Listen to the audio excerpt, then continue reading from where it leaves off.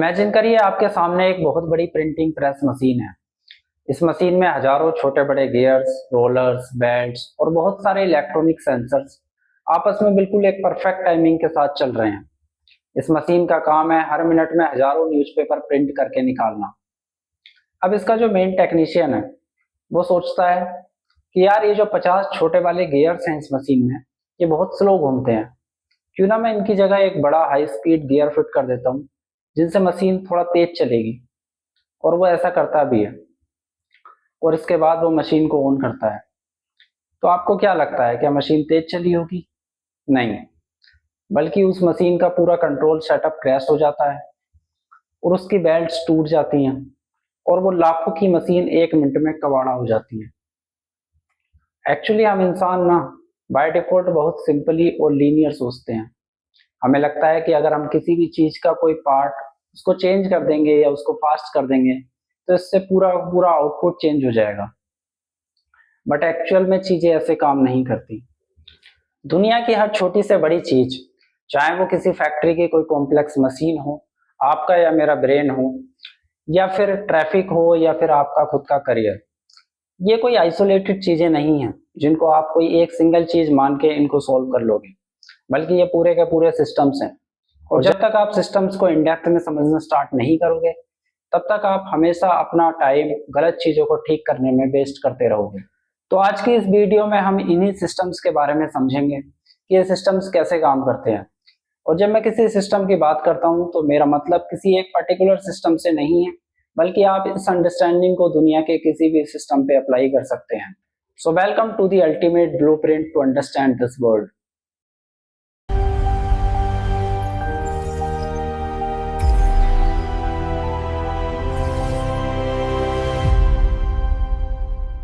तो चलो बिल्कुल बेसिक से स्टार्ट करते हैं।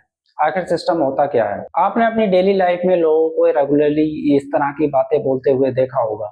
जैसे कुछ लोग कहते हैं कि यार हमारा तो एजुकेशन सिस्टम खराब है, या फिर कुछ लोग कहते हैं कि पॉलिटिकल सिस्टम बिल्कुल करप्ट हो चुका है।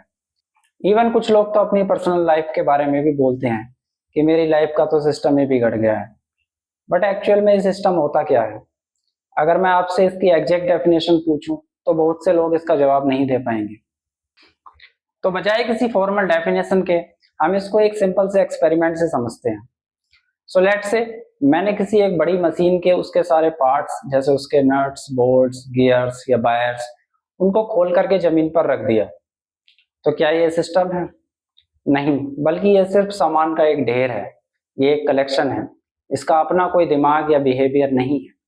तो किसी भी कलेक्शन को सिस्टम बनने के लिए तीन सबसे बेसिक चीजों की जरूरत पड़ती है, जिसमें जो सबसे पहली चीज है that is the parts of the system. तो ये वो छोटे छोटे पार्ट होते हैं जिनसे मिलकर के पूरा सिस्टम बना होता है। इसमें हर पार्ट का अपना अलग काम होता है, उसकी अलग जॉब होती है। और जो इसमें सेकंड चीज है दैट इज द इंटरकनेक्शंस। मतलब कि वो जो पार्ट्स हैं वो आपस में किस तरह से जुड़े हुए हैं, उनके आपस में काम करने के क्या रूल्स हैं, किस तरह से इंटरकनेक्टेड हैं। और जो इसमें थर्ड चीज है that is the purpose of the system.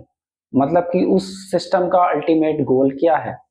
जैसे कि हमारा प्रिंटिंग प्रेस मशीन के केस में था इंक को पेपर पर प्रिंट करना। तो अब हम सिस्टम के दो सबसे इंपॉर्टेंट कॉन्सेप्ट के बारे में समझेंगे जो सिस्टम के फाउंडेशन भी होंगे, और हम उन्हीं दो कॉन्सेप्ट को इस वीडियो में कवर करेंगे। तो जो सबसे पहला कॉन्सेप्ट है वो सिस्टम का इनफैक्ट सबसे बड़ा रूल भी है।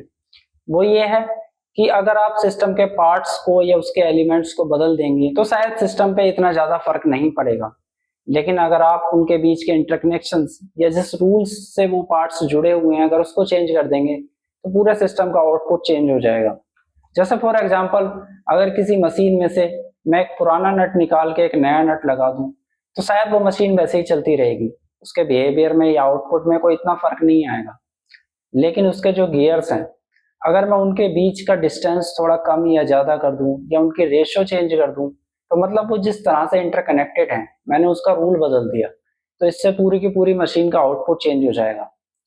हो सकता है जो मशीन पहले न्यूज़पेपर प्रिंट कर रही थी अब वो पेपर को फाड़ना स्टार्ट कर दे। तो यही है सिस्टम का सबसे पहला हमारा कॉन्सेप्ट और सबसे बड़ा रूल भी, कि सिस्टम पार्ट्स से नहीं बल्कि पार्ट्स के बीच में जो रिश्ता है, जो रिलेशन है, जो रूल है, उससे चलता है। Now let's come to the second concept, that is 1 + 1 = 3। जी हाँ, 1 + 1 = 3 ये सिर्फ सिस्टम्स की दुनिया में ही पॉसिबल है। इसको हम कहते हैं द मैजिक ऑफ इमरजेंस। मतलब कि जो सिस्टम का बिहेवियर है वो पूरे के पूरे सिस्टम में होता है, ना कि उसके किसी एक पार्ट में। जैसे एक गियर है, उसका क्या काम होता है? उसका काम होता है सिर्फ घूमना। वैसे ही अगर कोई वायर है, उसका काम है सिर्फ करंट पास करना। वो अकेला गियर पूरा के पूरे न्यूज़पेपर को प्रिंट नहीं कर सकता, या फिर वो जो वायर है वो कार को 100 किलोमीटर/आवर की स्पीड पर नहीं चला सकता। कहने का मतलब ये है कि जो सिस्टम का बिहेवियर है वो अगर आप उसके किसी एक पार्ट में ढूंढने की कोशिश करोगे तो आपको वो नहीं मिलेगा। इसी को कहते हैं the emergence, the magic of emergence. मतलब कि जो पार्ट्स होते हैं उनमें चाहे वो कैपेबिलिटी ना हो, लेकिन वो अगर एक रूल के अकॉर्डिंग आपस में जुड़ जाएं तो वो over a period of time अपना खुद का एक बिहेवियर शो करने लग जाते हैं। और हम लोग अपनी लाइफ में भी सबसे बड़ी गलती यही करते हैं, हम पूरे सिस्टम को छोड़ करके उसके किसी एक पार्ट के पीछे पड़ जाते हैं और उसको ठीक करने की कोशिश करते हैं। जैसे फॉर एग्जांपल, अगर किसी कंपनी में सेल्स नहीं हो रही है तो हम सीधा सेल्स टीम को ब्लेम करने लग जाते हैं, बल्कि हो सकता है कि प्रॉब्लम प्रोडक्ट डिजाइन, मार्केटिंग और कस्टमर सर्विस के आपस के इंटरकनेक्शन में हो। या फिर जब हमारी हेल्थ खराब होती है तो हम सिंपली दवाई खा लेते हैं, लेकिन जो पूरा का पूरा हमारा हेल्थ का सिस्टम है वो स्ट्रेस, डाइट, स्लीप, एक्सरसाइज, इन सब चीजों से आपस में इंटरकनेक्टेड होता है। तो अब से आप किसी भी चीज को, चाहे वो कोई बड़ी मशीन हो, आपका बिजनेस हो, या आपकी हेल्थ हो, या आपका करियर, उसको एक आइसोलेटेड चीज की तरह, एक सिस्टम की तरह देखना स्टार्ट करेंगे। एक्चुअली होता यह है कि जो हमारा माइंड है वो लीनियरली डिजाइन हुआ है, मतलब कि वो हमेशा कॉज एंड इफेक्ट ढूंढने की कोशिश करता है और वो चीजों को आइसोलेटेड पार्ट्स में देखता है, बल्कि रियलिटी में चीजें आपस में इंटरकनेक्टेड रहती हैं और वो सिस्टम्स की फॉर्म में काम करती हैं। तो अगर हम अपनी सिस्टम्स की अंडरस्टैंडिंग को रियलिटी में लगाएंगे तो हम प्रॉब्लम्स के बेटर सॉल्यूशंस निकाल पाएंगे और बेटर डिसीजंस ले पाएंगे, जो लॉन्ग टर्म में हमारे लिए ज़्यादा बेटर साबित होंगे।